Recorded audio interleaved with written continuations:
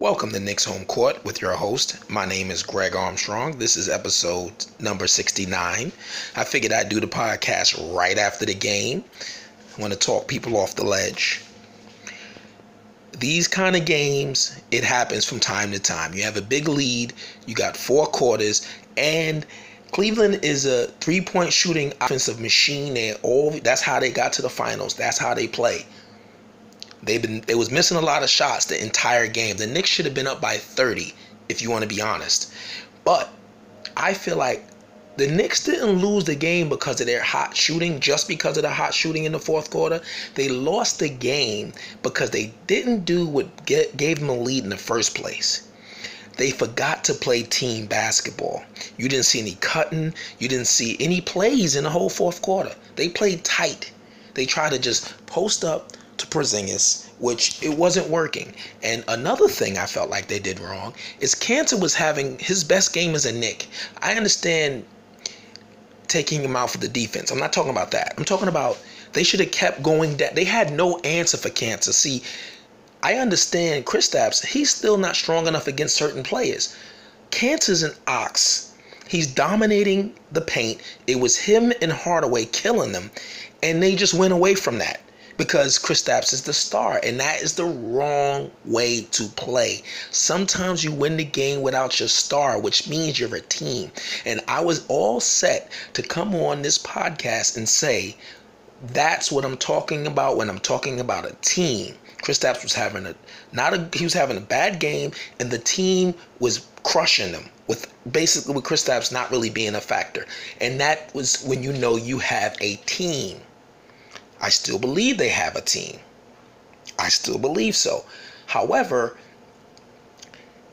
as they get more mature and as the season progresses, they have to trust their system. They have to trust their offense. That's what got them the lead in the first place. Getting good shots, not coming up jacking shots, not going to a guy. And I know they had a game plan, let's play off of Kristaps. That never really worked, to be honest. It was really Cantor and Hardaway having a really great game, which got wasted. So the whole thing is you have to play your system. If you look at the Cavs, what they did, they didn't change anything. They just started hitting their shots. They didn't say, okay, let's play a different way. No, they just kept on shooting threes until they hit their threes. They kept playing their game. And that's what the Knicks did not do in the fourth quarter. Clyde said it over and over again. Where's the ball movement? What are they doing? And that's why. Because again, when you score, you don't have to scramble on defense. You can set up your defense. When you don't score, you start to scramble. And a few times they left Korver open, and what I've said before, Korver has no offensive game but the three. That's all he could do. He runs off picks and screens and shoots the three. He has nothing after that. Nothing after that. All you got to do is chase him off the three. He's irrelevant. That's it. He got hot. Chase him off the three. Foul him. Fuck it. Before he shoots the three. Hit him on the hand. But that's something they will learn as they get older. Now I want to talk about something else that I saw impressive. I saw them come together. I like that. I like that Cantor stuck up for Frank, and I like that Frank wasn't having that bullshit that LeBron was doing. And I was all full ready to come on and do this podcast and talk all about that. And then they end up losing. But I did like that. And folks, it's okay. It's a young team. What you want to see in the next game is how they bounce back. How does Kristaps bounce back? You can't let this loss linger. It happened. It's over. You have to think about the next game. Just like if you won the game, you got to think of the next game. But I'm going to tell you, there's nothing to be ashamed when you lose. I know you were up 23 points, but when you lose to the Cleveland Cavaliers, who everybody's picking to go to the finals, who's been struggling, and they still have LeBron James. There's no shame in that. They got three-point shooters all around the team. LeBron decided, okay, I'm going to take this over in the fourth quarter by passing. And it looked like they had effort. And I was saying to myself, one thing about old veteran teams can look dead in the water. But they know all we got to do is ratchet it up in that fourth quarter. All we know we got to do is just play to our level for one good quarter. And that's what they did. And I felt like the one thing I think, and Jeff Hornacek can learn from this game. What I mean is, Kristaps wasn't doing well as far as the post. You should have run him on pick and roll. Let him run around. You got to play your offense. You got to play your offense. And I saw it happening, and I'm like, yo, they were still up by 10, and I said, look, only way they win this game is if Cleveland start missing, because they're not running their offense. They barely scored over 100. And they was crushing them. So it's one of those painful losses. It's a painful loss. There's actually no one to blame. This is what you call, actually, it's so funny. I always say they're a team, right? Team offense, team defense. This is a team loss. This loss is on all of them. They lost this together. They literally lost it together. They stopped playing together. They stopped playing as a team. And again, when you start believing you're good, when this Knicks team starts believing they're good, instead of putting forth the effort, that's what you're going to get. Games like that, where you think it's over because, we got a big lead going into the fourth quarter, and that other team is percolating. They got pride. These guys are champions. Some of them anyway. So you have to keep playing like you're below. You still hungry. You still people still don't respect you in the league. So you gotta keep on pushing. You can't just be like, we got this big lead, let's just go one-on-one. It's gonna be garbage time. No. So this is one to grow on, and every now and then you need that. My best lessons in life is when I lost something, or you know what I'm saying? Those are the best lessons. I know nobody wants to hear that tonight. And that's funny thing I wanted to say is, my numbers on the podcast, when I check the views, they're always higher after wins and lower after losses, which is fine. Because I used to do that with the Giants. I ain't been watching too much Giants this year, but, I would do that. I used to be so into the Giant game, and when they would lose a game, I would not listen to sports radio for that whole week. I just couldn't do it. I didn't want to hear nothing. I just started watching movies, TV. I didn't want to hear nothing about football. And I understand it. But I hope y'all listen to this podcast, because I believe this is important. And I was about to say, I swear I was ready to come on and say this was their most impressive victory, because they banded together as a team. But you know what? They came together as a team and they lost as a team. This is not on Kristaps. I know he missed 2 free throws. That hurts. This is not on Ntilikina. I know he turned it over towards the end. This is not on Hardaway. This is not on Lee. This is on all of them, coach included. When you lose a game like this, it can't be one person. It's the entire team loss. And guess what? Cleveland, it's a team victory for them. Cleveland lost a game like this in the finals when Kevin Durant came down and hit a 3-pointer in LeBron's face. In the finals, they had a lead. They was beating them. They was rocking and rolling, and Golden State came back, hit a 3 in LeBron's face, and they won the game. So it can happen. This is the NBA, folks. It's the NBA. But it was an exciting game. I enjoyed the game. Seeing the Knicks go toe-to-toe, to hear the Garden come alive. It would have been nice to see them pull it out. But you got to understand, we already blew them out and beat them one time. They really wanted this game. LeBron really wanted this game. And, it's one to grow on. Now, when Hornacek says run the system and run the plays, he's going to have people listening. Why is Boston winning all these games without Gordon Hayward and Kyrie? I think didn't play the last game and they're still winning because they have a system and they stick to that system like glue. That's the most important, because when you have a system that works and you just got plug and play. That's the same thing with San Antonio. When guys are out, plug and play. Just put people in, have them run the entire system. It works. And the thing that built them the lead was running through the offense and doing the things they were supposed to do.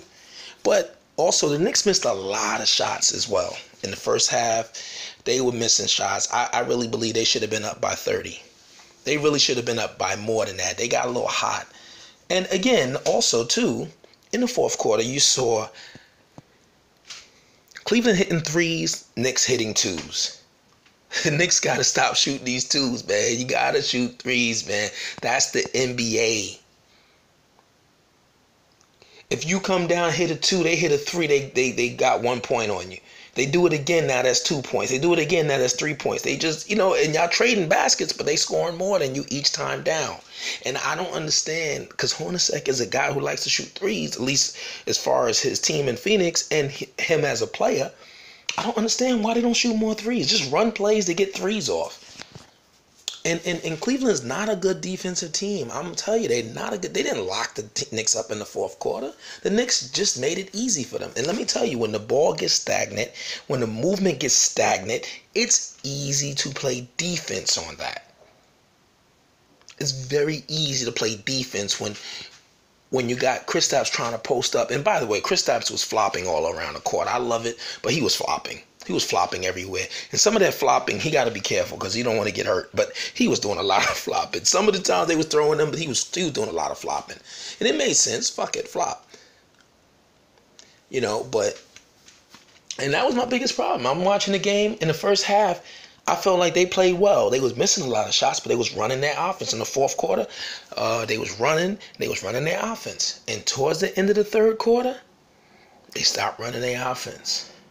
They started going one-on-one. Even Hardaway, he hit some shots. And I kept saying to myself, these are bad shots. They went in, but it's a bad shot. And I didn't want to see that. I'm like, no. If it's not in the offense, if it's not in the system, I don't want to see it. Thank you for hitting the shot, Hardaway. Yes, but that's a bad shot. Don't keep doing it.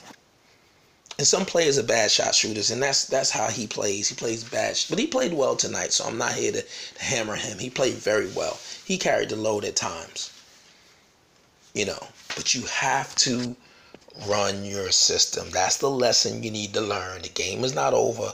The team was shell-shocked. And I wanted to say, Frank Ntilikina has 6 steals. I don't think Dennis Smith will ever have 6 steals in a game in his life. I just got to say that. Had to say that. He has some impressive steals, too. But what we need Frank to do, and just eventually, but he needs to get aggressive on offense. And the reason why he needs to get aggressive on offense, so he can work out the kinks. He's going to miss some shots. He's going to maybe shoot some bad percentages at times. But he needs to be aggressive, because what the NBA is going to do is they're going to start sagging and waiting for those passes. The NBA will adjust. Oh, he's going to the paint, but we know he's going to pass the ball. Or he's driving left, we know he's going to pass the ball. Or he looked like he's pulling up, but we know he's going to pass the ball. The NBA will adjust to that. So he has to score to make his passes even better. He needs to do it. And I know, look, even when he goes to score, he's going to miss his share of shots. It's fine. But the only way you get better, a coach always, I remember, I forgot the coach's name, but he used to always say, I'd rather my players making aggressive mistakes than tentative mistakes. And that turnover he did was tentative. He was tentative. He had a shot, he had a floater, he didn't take it. He tried to do a spin, he was still thinking out there. And there was one time when Kristaps gave him the ball and he had a wide open 3 in the same place where he hit the 3 before a few games ago. He didn't take it. He hesitated. Nah, dog. And I don't think it's fair. I think it's thinking. You can't be out there thinking. You got to be instinctive. This is a tough, tough loss, my Knick brethren. This is a tough, tough loss. I'm frustrated like everybody else. But at the same time, this needs to be one to grow on. There's a lot worse people you can lose to than the Cleveland Cavaliers. If you had Sacramento up by 23 and you lost that game, yeah, I'd be pissed. You know what I'm saying? If you up by 23 against the Phoenix Suns, I'd be pissed. The Brooklyn Nets, I'd be pissed. The Cleveland Cavaliers, 3-point prowess, that kind of team, I'm not pissed. I'm not mad. I figured it was a tough game going in, but the way we lost, yes, this was ugly. And let's hope, because it's a game on Wednesday and not an easy game, let's hope that the Knicks can learn from this game. And let's hope Kristaps comes out in a vengeance. Let's continue building on what we've been doing. We're 7-6, still good, still in the playoff hunt, still looking good. You know, these things happen. So I just wanted to give a little synopsis of what I saw in the game, and I thought it was a good game. It was exciting, it was fun, and we lost. But we got to hit a Garden Rock tonight, and that felt good. We got to hit a Garden Rock. The players got to hit a Garden Rock. I don't even think Cleveland's ever heard the Garden like that in recent memory. People don't know how loud the Garden is when it's rocking. So we just have to, and you think about it, so many plays that they were doing, even in the third quarter, again, it was good offense. Then Lakina gets a pass, goes down the lane and lays it up. I wish he would have dunked it. But either way, I'm just saying, you gotta run your system. Do not get stagnant. Kristaps is good, but he's not like Melo right now. And I don't mean to mention Melo, but I'm just saying that guy you could just go to get bucket after bucket in the post. That's not his game yet. He's not strong enough for that yet. He's not Dirk yet.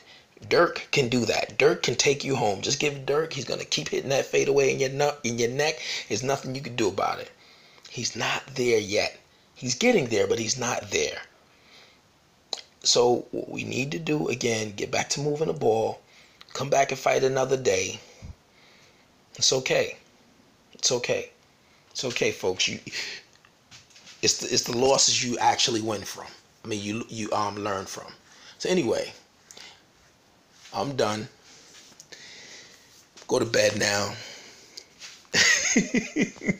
I'm mad though too, because I really had a whole spiel I wanted to put out there. And by the way, somebody asked me, do I have a Twitter?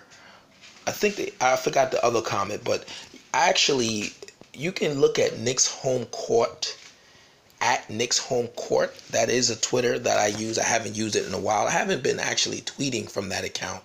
But if you go there and follow me there, I will start tweeting from that account, because I would like to live tweet during games, because I had a lot to say in this game. But I just basically was reading the tweets and stuff like that. So if you follow me there, at Knicks Home Court,